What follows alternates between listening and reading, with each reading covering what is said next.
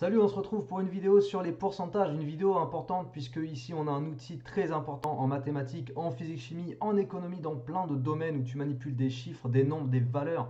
Et les pourcentages, vraiment, il faut que tu les maîtrises. Et comme je vois beaucoup de lacunes autour des pourcentages, par exemple avec des élèves en terminale, on fait de la physique-chimie et il y a une histoire de pourcentage et on plante la question parce qu'on ne maîtrise pas les pourcentages. Même chose en maths quand tu travailles avec les suites géométriques. Tu vois, les suites géométriques en maths, bon, il y a beaucoup de pourcentages dans l'histoire des suites géométriques, et quand on maîtrise pas bien le truc, on peut vraiment planter des questions et c'est dommage. Donc les pourcentages, on va revoir ça ensemble. Alors les pourcentages, c'est une notion de seconde. C'est quelque chose même que tu abordes au collège, mais en seconde, on travaille vraiment autour des pourcentages dans le programme actuel. Donc il y a un chapitre que tu peux revoir carrément dans les bouquins de seconde si tu as besoin d'approfondir la notion. Moi, je vais aller un petit peu vite. Bon, si cette vidéo te plaît, n'hésite pas de la partager, de la diffuser autour de toi. Et puis n'hésite pas non plus, je t'invite à t'abonner à ma chaîne, comme tu sais, un petit clic et c'est fait. Et au moins, tu aides à soutenir cette chaîne, tu donnes plus de visibilité. Et puis aussi, tu as les notifs au fur et à mesure, parce que je sors des vidéos assez régulièrement, comme tu le sais. Donc valeur initiale, j'appelle VI la valeur initiale, une valeur initiale en fait. Et puis VF, une valeur finale. Je me donne deux notations en fait que je vais manipuler après dans ma vidéo. Donc j'ai une valeur initiale, j'ai une valeur finale, et je vais avoir une évolution, un pourcentage, une évolution sous forme de pourcentage de la valeur initiale vers la valeur finale. Alors premier type d'évolution que je vais considérer une augmentation de t%. Augmentation de t%. Qu'est-ce que ça veut dire? On va raisonner sur un exemple dans un premier temps. Exemple, augmentation de 5%. 5% de la valeur initiale. Bon, ça veut dire que je vais avoir ma valeur initiale, je pars de ma valeur initiale et j'augmente. Donc augmentation, augmentation, qu'est-ce que ça veut dire? Ça veut dire que j'ajoute. Ok? C'est normal, c'est logique. Donc j'augmente de 5%. 5% de quoi? Bah 5% de VI. Mais je ne vais pas écrire 5% de VI. Je vais écrire, tu sais bien, ça c'est des choses que tu vois au collège, je vais écrire 5% fois VI. Je pense même que euh, parler en fraction et traduire voilà, du langage de fraction sous forme de langage mathématique, on fait ça même en primaire, je crois. Donc en tout cas, 5% de VI, ça se traduit mathématiquement par 5% fois VI. 5%, c'est 5 centièmes. Oui, je peux l'écrire aussi. 5 pour 100, ok? Tout est dans le titre, tu vois? 5%, 5 sur 100. Donc 5% de VI. Bon, ici, le secret, en fait, il est très simple. Le secret, c'est une factorisation. Tu vois VI que j'ai ici? Bon, le VI que j'ai ici, je vais l'écrire 1 fois VI. Je peux rajouter un facteur 1. 1 fois VI, VI, c'est pareil. En faisant ça, qu'est-ce qui se passe? Bah, il se passe que je fais apparaître un facteur commun, VI. Et effectivement, je vais factoriser par mon facteur commun, VI. Et qu'est-ce que je vais avoir dans ma parenthèse? Ben, je vais avoir 1 plus 5 sur 100. Tu vois, le facteur commun, je l'ai entouré. Et tout ce qui n'est pas entouré, tout ce qui n'est pas le facteur commun, je le range dans la parenthèse. Donc 1 plus 5 sur 100. Alors j'écris 1 plus 5 sur 100. Bon, 5 sur 100, ça fait quoi? Ça fait 0,05. Je détaille tout, comme ça, vraiment, tu vois d'où viennent les choses. 0,05 plus 1, 1,05. Voilà. Et donc, VI plus 5% de VI, ça me donne 1,05 fois VI. Qu'est-ce que ça représente? Ça représente ma valeur finale, après augmentation de 5%. Une augmentation de 5% d'une valeur initiale se traduit par le fait de multiplier ma valeur initiale par 1,05. Et 1,05, c'est quoi? 1,05, c'est mon coefficient multiplicateur d'une augmentation de 5%. Alors tu vois que le coefficient multiplicateur, il vient de cette formule-là, c'était 1 plus t sur 100. Bah, c'était 1 plus 5 sur 100. Ça, c'était pour une augmentation de 5%. Donc si maintenant j'extrapole et que je te parle d'une augmentation de 7%, le coefficient multiplicateur, ça va être 1 plus 7 sur 100, c'est-à-dire 1,07. Et là, j'aurai ma valeur finale qui serait égale à 1,07 fois la valeur initiale. Imagine que je me situe dans un exercice de suite géométrique. Tout à l'heure, je te parlais des suites géométriques. et qu'on me parle, je ne sais pas moi, d'un capital qui évolue de 15% par an. Bon, si j'ai une augmentation qui augmente de 15% par an, si j'ai une augmentation de 15%, alors le coefficient multiplicateur, ça va être 1 plus 15 sur 100, c'est-à-dire 1,15. Et j'aurai ma valeur finale qui sera égale à 1,15 fois la valeur initiale.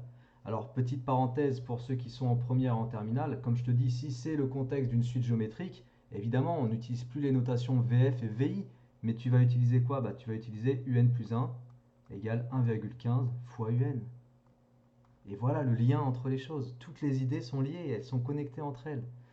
Donc augmentation, en fait, lorsqu'on te parle d'une augmentation, 7%, 15%, 22%, la TVA, tu vois, la TVA est une augmentation d'environ 22%. On va prendre la valeur ou 20, 22 ou 21, je ne sais plus. On va prendre 21%. Augmentation de 21%. Si tu parles de la TVA, bon, ça veut dire que du prix hors taxe, en fait, le prix toute taxe, donc le prix TTC, toute taxe comprise, sur l'étiquette de caisse, tu vas trouver la notation TTC, toute taxe comprise, c'est 1, c'est 1 plus. Attends, pardon. J'aurais plutôt dû parler du coefficient multiplicateur, c'est 1 plus 21 sur 100. Donc ça fait 1,21, ouais, pour garder la même structure. Et donc là, ça veut dire que le prix, toute taxe comprise, une fois que tu considères l'augmentation liée à la TVA, je vais y arriver, c'est 1,21 fois le prix hors taxe. Tu vois, acheter, ça veut dire prix hors taxe, et TTC, toute taxe comprise. Eh bien, pour passer du prix hors taxe au prix TTC, toute taxe comprise, c'est une augmentation de 21%, donc on multiplie le hors taxe par 1,21. Et ça aussi, c'est une augmentation. Tu as compris comment trouver le coefficient multiplicateur dans le cadre d'une augmentation de t%, augmentation de t%. Ça veut dire que le coefficient multiplicateur que tu vas appliquer dans ton calcul, c'est 1 plus t sur 100. Voilà. Et la valeur finale suite à l'augmentation de t%, ça sera le coefficient multiplicateur fois la valeur initiale. Alors ça fait beaucoup de lettres, mais après, quand tu comprends l'application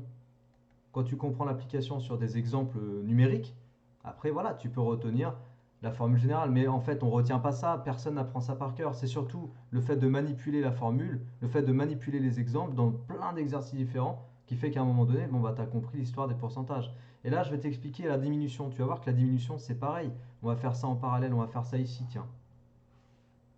Diminution, diminution de 5%. Diminution de 5%. Qu'est-ce que ça veut dire une diminution de 5%? Ça veut dire que je pars d'un prix initial et je vais soustraire, comme j'ai une diminution, tiens, je vais même écrire diminution en toutes lettres. Diminution. Bon, comme je t'ai dit tout à l'heure en début, si cette vidéo, tu penses qu'elle est utile, partage-la autour de toi. Je pense vraiment qu'il y a beaucoup de lacunes autour des pourcentages qui bloquent dans beaucoup d'exercices. Donc je pense que ça peut servir à beaucoup de monde cette vidéo. Alors VI, moins, comme c'est une diminution, moins 5% de quoi? 5% de VI. Et donc je factorise par VI, comme tout à l'heure, la même chose. Alors tout à l'heure, je t'avais fait apparaître un petit x1 ici. 1 fois VI. Je factorise par VI. Qu'est-ce qui va me rester? J'écris un peu mal là. Qu'est-ce qui va me rester? Il va me rester dans ma parenthèse 1 moins 5 sur 100 fois VI. Et 1 moins 5 sur 100, cette fois-ci, je soustrais. C'est une diminution. Eh bien, ça donne 0,95. Ok? Donc, quand je pars d'une valeur initiale, VI, valeur initiale, et que je soustrais, je diminue de 5% de la valeur initiale, ça revient à appliquer à ma valeur initiale un coefficient de 0,95. Et bien, ici, tu as ton coefficient multiplicateur. Voilà. Si je considère une diminution de 15%, le coefficient multiplicateur, ça sera 1 moins 15 sur 100, c'est-à-dire 0,85. Et ça veut dire que ma valeur finale sera égale à 0,85 fois la valeur initiale. J'applique un coefficient multiplicateur de 0,85. Je fais encore un ou deux exemples. Si j'ai une diminution, je vais garder la même couleur, diminution de 22%, j'ai un coefficient multiplicateur qui sera égal à 1 moins 22 sur 100. Donc ça fait 0,78. Donc ma valeur finale, peu importe ce qu'elle est, ce sera 0,78 fois la valeur initiale. Si je me remets dans le contexte d'une suite numérique, donc suite numérique avec un nombre d'adhérents, souvent tu vois, tu as des histoires dans des clubs avec des nombres d'adhérents et tout, le nombre d'adhérents qui diminue de 17% par an. Adhérents diminue de 17% par an dans un club de sport par exemple. Et que le nombre d'adhérents, on dit qu'il est, le nombre d'adhérents de l'année N, on va le noter UN. Bon là c'est uniquement si tu es en première ou terminale que tu comprends le langage que j'utilise. Enfin UN, la notation. Eh bien on va dire que le nombre d'adhérents l'année N plus 1, ça va être 1 moins 0,17 fois le nombre d'adhérents de l'année N. Donc 1 moins 0,17, ça nous donne 0,83. J'invente, hein. Mais c'est pour te donner des illustrations. Comme quoi, en fait, les pourcentages, tu vas les utiliser dans tout un tas de chapitres différents. Et pour les suites numériques, les suites géométriques, c'est vraiment un grand classique. Il faut savoir manipuler ça. Alors pour finir, diminution de t%, j'ai un coefficient multiplicateur qui est égal à 1 moins t sur 100. Voilà. Hop, on prend un peu de hauteur. Et on a résumé globalement ce que tu devais savoir manipuler sur les pourcentages. Bon, bien sûr, après tout ça, ça s'applique dans des exercices. Pour ceux qui sont en seconde, il faut faire les exercices du bouquin de seconde, il y en a plein. Pour ceux qui sont en première, il faut travailler autour des suites géométriques.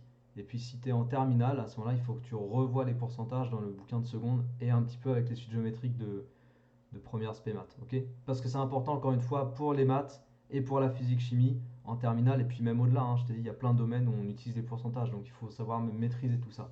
Allez, je m'arrête là pour cette vidéo. J'espère que ça t'a plu. Partage, diffuse autour de toi. Abonne-toi à ma chaîne si tu n'es toujours pas abonné. Et je te dis à bientôt pour d'autres rendez-vous du même genre. Ciao!